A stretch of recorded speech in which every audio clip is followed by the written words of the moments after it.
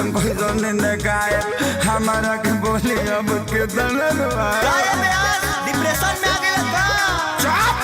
गाय भगवान कैसन कैसन दिन देखाए हमारा के बोली अब के तना दबाए पवने में जमीले रौरा हमारा बाराबादी में हेलो हेलो हेलो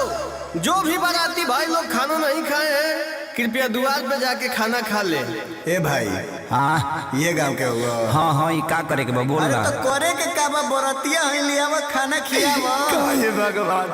तू कैसन दिन देखो लो हमरे के अरे जोरे मन रखो नी चलो चलो पतल लियावा आज पतल चलाए के पराता हमारा अपने लभर के शादी में आज पतल चलावे के पराता हमारा अपने लभर के शादी में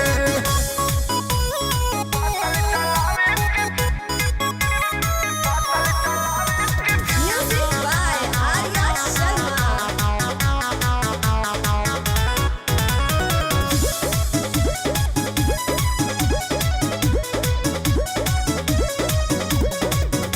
बने वाला रहनी हम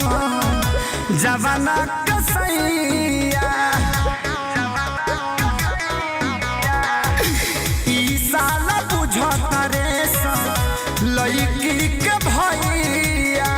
टेंशन मत लीजिए गलत फैमिली हो गया होगा बने वाला रहनी हम जवाना कसैया ई साला बुझले लड़की के भैया लागी कोई रोग हमारा लभ के आजादी में प्यार के आजादी में का भाई हमरा पतल में के पूरी खत्म हो गइल बा तारा लौकत नहीं खे लौकता जौन देर तौन खइब अरे तनी पानी वाला के भेजा भाई पुलाव दो तनी एने पुलाव दो पुलाव पुलाव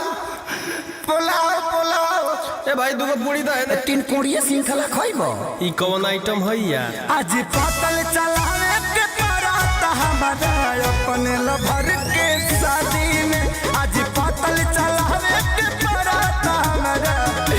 अपने लभर के शादी में पतल चलावे के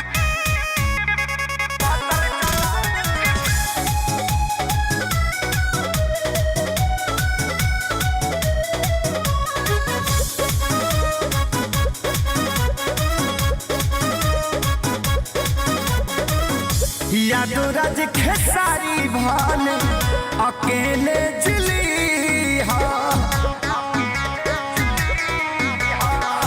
बगल वाला गाँव के लड़की सन के दिल नदी ओए भैया एकरा अलावा कोनो ऑप्शन नहीं खे यादो राज खेसारी अकेले जिली बगल गाँव के लड़की सन का दिल जानी दिया फंस गई हम तायहदी खावा के बादी में दिखावा के बादी में ए भैया थोड़ा आइए ना इधर काम है आइए ना। ए भाई तारा के बोला कि जाना नहीं भैया मैं आपको ही बुला रही हूँ। हमरा के हाँ का भगवान अब कतना बुरा दिन ले जाइबा हमार बता दी आज पतल चलावे के पराता हमारा अपने लबर के साथ में